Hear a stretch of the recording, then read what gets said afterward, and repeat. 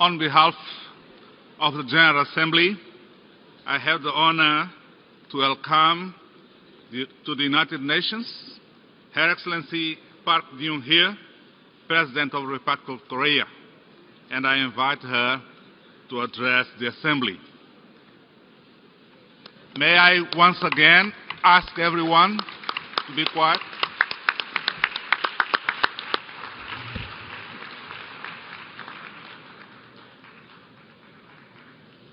Ban Ki-moon. Mr. President,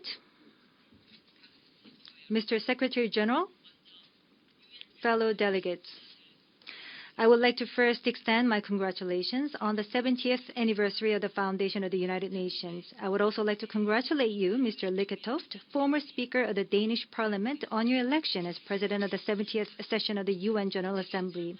The United Nations, established 70 years ago after overcoming the calamities of war, was a beacon of hope for all people around the world. This was because of the trust and hope towards the UN's spirit of putting people at the center, despite the constraints of realpolitik. Despite numerous challenges and criticisms, the UN has been making tremendous contributions to promoting the common good for humanity. Even as we speak, the blue helmets, a symbol of peace, of UN peacekeeping operations, are greatly contributing to international peace and security. The adoption of the Universal Declaration of Human Rights in 1948 provided a groundbreaking occasion to promote human rights, while the establishment of the Human Rights Council and the International Criminal Court marked conspicuous progress towards institutionalizing the protection of human rights. The Millennium Development Goals, launched in 2000, was the most successful poverty eradication campaign in the history of the UN, lifting hundreds of millions of people out of extreme poverty. And few places in the world would see the UN's efforts make as much a difference as in the Republic of Korea. This year also carries a special meaning for the Republic of Korea, a year that brings both the joy of marking the 70th anniversary of our liberation and the anguish of going into the 70th year of our division. During the past 70 years, the Republic of Korea rose above the ordeals of partition and war and went on to simultaneously achieve industrialization and democratization, and the UN has stood with the Republic of Korea since the founding of our government to this very day. The values and ideals upheld by the UN, global peace, promoting human rights and common prosperity, embody the very vision of the Republic of Korea, and the future that Korea is envisioning is in sync with the aspirations of the UN. The challenges pursued and achievements made by Korea over the years are a testament to how the UN's goal for a better world has been successfully manifested. Notwithstanding these efforts by the UN and the international community, humanity today is confronted with multiple simultaneous challenges in all corners of the world. To this day, there is no shortage of conflicts, big and small, and extreme civil wars. The surge in extremist groups that ISIL represents is now a global concern that needs to be urgently addressed. A single photo of Aylan Kurdi captures how such instability is unleashing the greatest humanitarian refugee crisis since the Second World War. Global climate change is even threatening the lives of our future generations. Ebola and other infectious diseases are causing countless victims, awakening us to the importance of health security. Today, no one in our global village is free from these global and transnational threats and challenges. As the international order experiences these tectonic shifts, now more than ever is the time to once again light up the beacon of hope called the UN throughout the world to promote international peace and security, human rights, and common prosperity. Above all, the international community, should rally around the UN and return to the founding spirit of the UN Charter that calls for faith in the dignity and worth of the human person. We must build a UN that is strong, carry the banner of renewed multilateralism, and realize the value of human dignity based on freedom, human rights, justice, and the rule of law.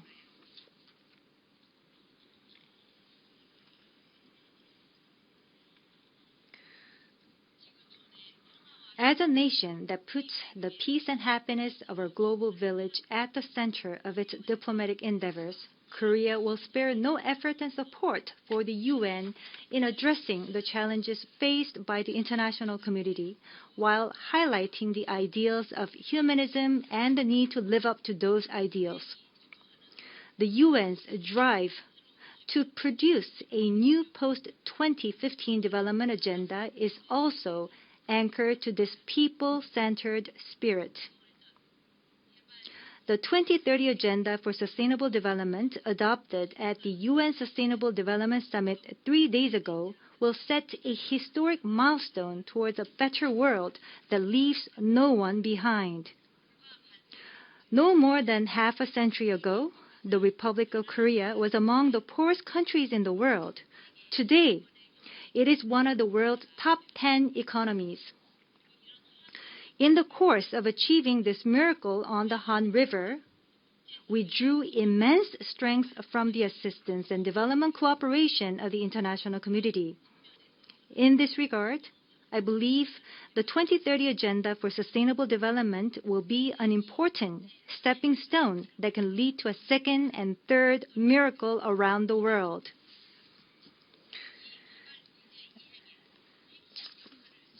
The Republic of Korea, in the capacity as the president of ECOSOC, which will be playing a key role in the implementation of this development agenda, will actively contribute to achieving the development goals. Along the way, the Republic of Korea will proactively share our development experiences and know-how with the international community. In the meantime, we have been sharing with developing countries the experiences of the Saemaeul Undong, which served as a springboard for Korea's leap forward. I believe that the Saemaeul Undong can maximize the utility of development cooperation with developing countries, given that it ignites a sense of confidence and ownership through competition and incentives, and lays the groundwork for self-help in communities with the engagement of the local people. 2 days ago, we co-hosted with the UNDP and the OECD a special high-level side event on the Saemaeul Undong and agreed to work together to help eradicate poverty and build transformative local communities in developing countries. We will further expand our efforts so that the Saemaeul Undong can progress as a new paradigm for rural development in developing countries. Another important driving force behind Korea's economic development was the human talent that has been nurtured through unsparing investment. Education is the key sustainable development agenda that helps empower the individual and attain national development. Korea has been actively engaging in the Global Education First initiative as a champion country. We hosted the World Education Forum with UNESCO last May and led the adoption of the Incheon Declaration, which sets the global education goals to be achieved by 2030. Going forward, the Republic of Korea is determined to make such continued efforts in the area of education. In particular, Korea will continue to work with UNESCO to spread global citizenship education. Next, Korea will also play a strong role in reinforcing global health security. In addition to dispatching a disaster response team to Sierra Leone to help fight Ebola late last year, Korea announced that it would contribute $100 million over the next 5 years to support capacity building in developing countries at the second high-level meeting of Global Health Security Agenda held in Seoul 3 weeks ago. In addition, the Republic of Korea plans to pursue projects to support developing countries worth $200 million over the next 5 years under the Better Life for Girls initiative.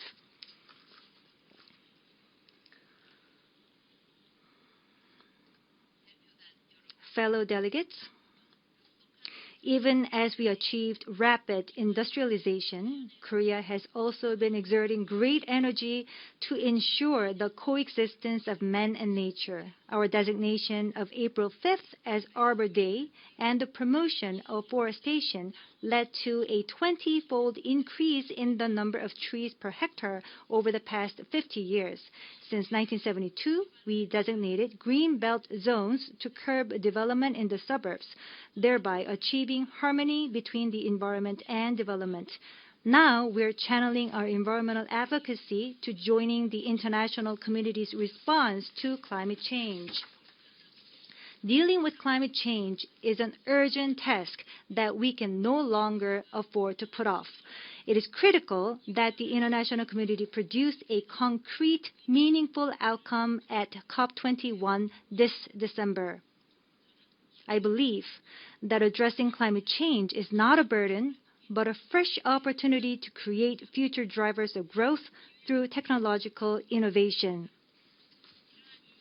Guided by the belief, Korea submitted a forward-leaning intended nationally determined contribution last June and is actively seeking to transition towards a low-carbon economy while actively participating in the climate negotiations.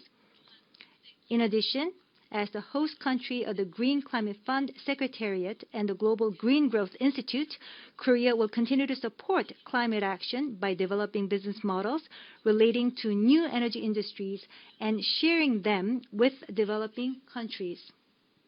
대표 Ladies and gentlemen, the UN's recent review of peace operations, peace building, as well as women, peace, and security in line with the changing security environment could not have come at a better time.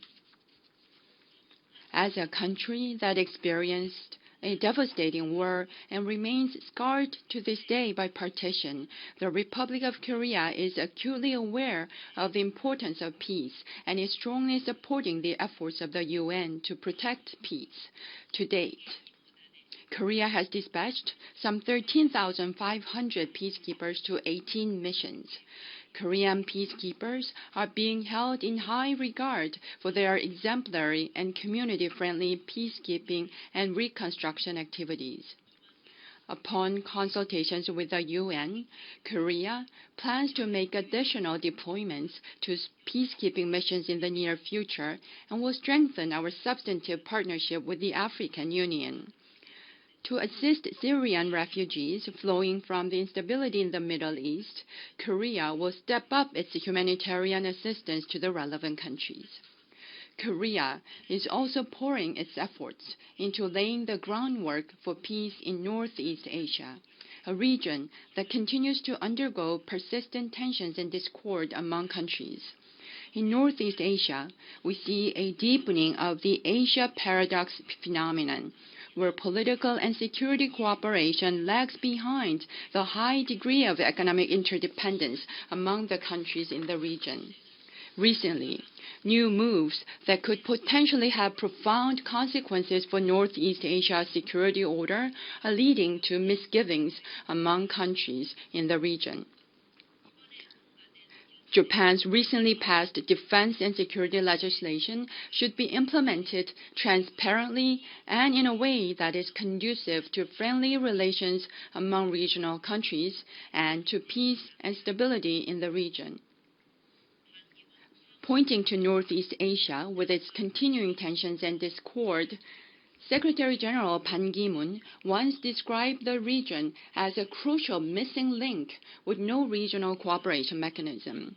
The reason I am pushing forward the Northeast Asia Peace and Cooperation Initiative is to reconnect the missing link and thereby create a virtuous cycle of trust building and increased cooperation. At the moment, consultations among the countries of the region are underway on a range of collaborative areas, including nuclear security, disaster management, and health, and the accumulation of these experiences will also contribute to promoting global peace and cooperation.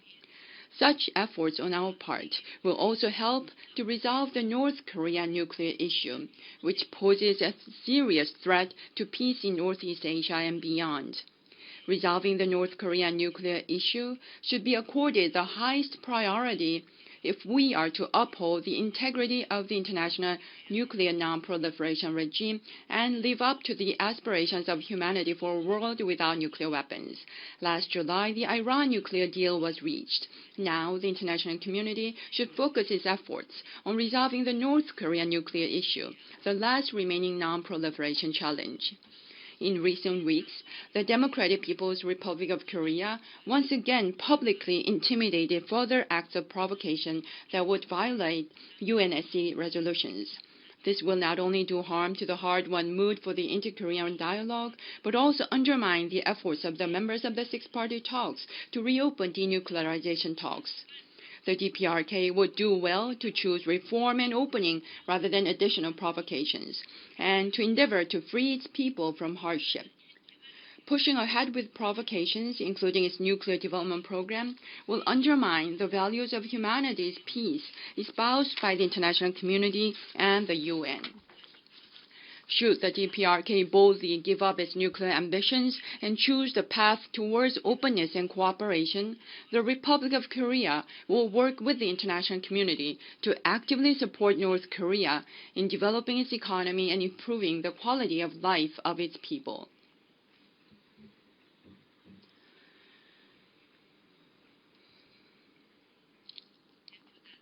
Ladies and gentlemen, during the last 10 years, the UN has achieved significant progress, not least in terms of protecting human rights and advancing freedom.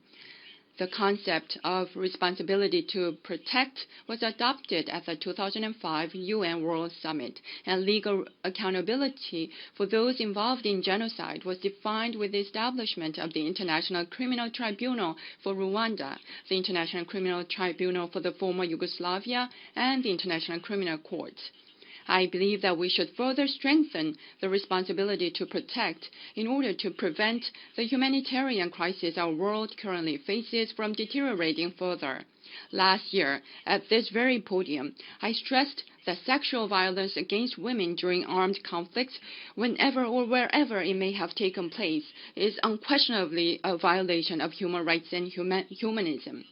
This year marks the 15th anniversary of the adoption of the Security Council Resolution 1325 on women, peace, and security.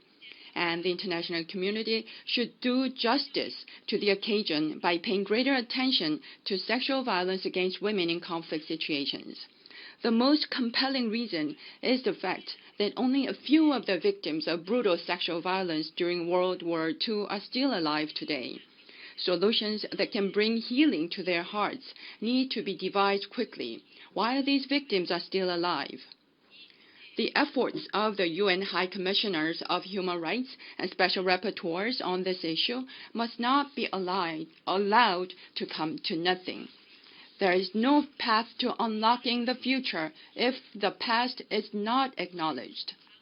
We now hope the spirit of enduring partnership towards humanity that the UN embodies will resonate far and wide so that the past wounds can be healed and a new future can unfold.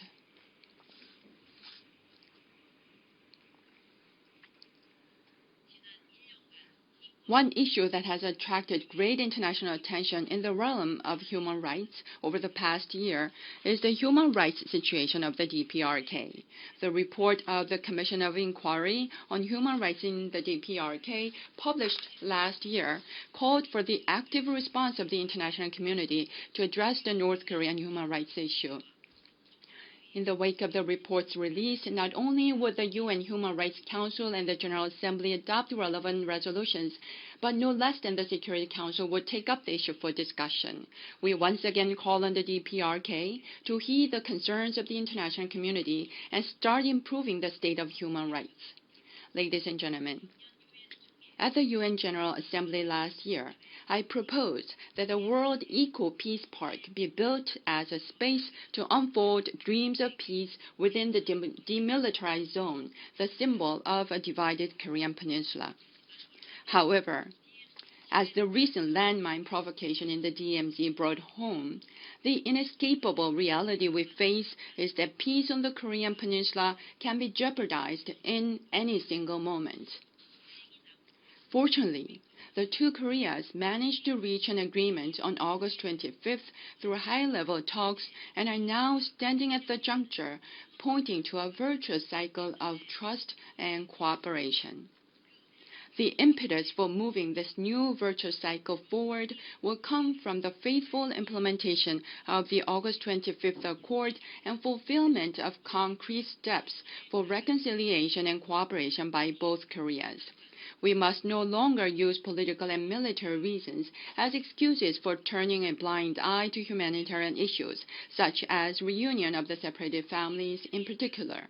I hope we can embark on the path to regaining our common identity as one nation through the official dialogue and a range of exchanges provided for in this August agreement. Mr. Secretary General and fellow delegates, on October 3rd, a few days from today, the German people will be celebrating the 25th anniversary of their reunification. Just as the UN blessed the birth of the Republic of Korea in 1948, I dream for the day to come soon when the entire world celebrates a unified Korea.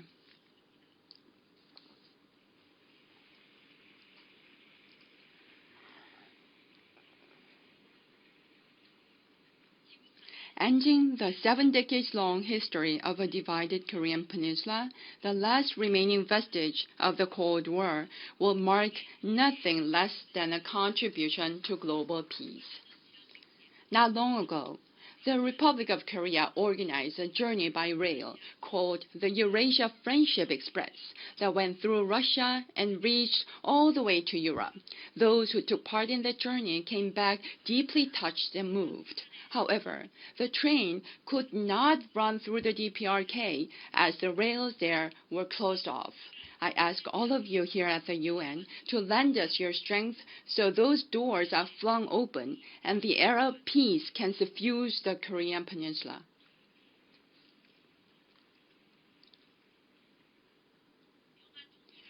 A peacefully unified Korea will be a thriving democratic nation, free of nuclear weapons and the one that upholds human rights. What is more, a unified Korean peninsula, both as a symbol of peace in our global village and a new engine of growth, will contribute greatly to peace and prosperity in Northeast Asia and beyond. I hope that the UN and all peace-loving countries will work together so that the ideals of peace and human dignity dreamt of by the UN founders 70 years ago can also be fulfilled through the unification of the Korean peninsula. On this grand journey towards a better world, you can rest assured that the Republic of Korea will be a companion that the UN and the international community can count on. Thank you.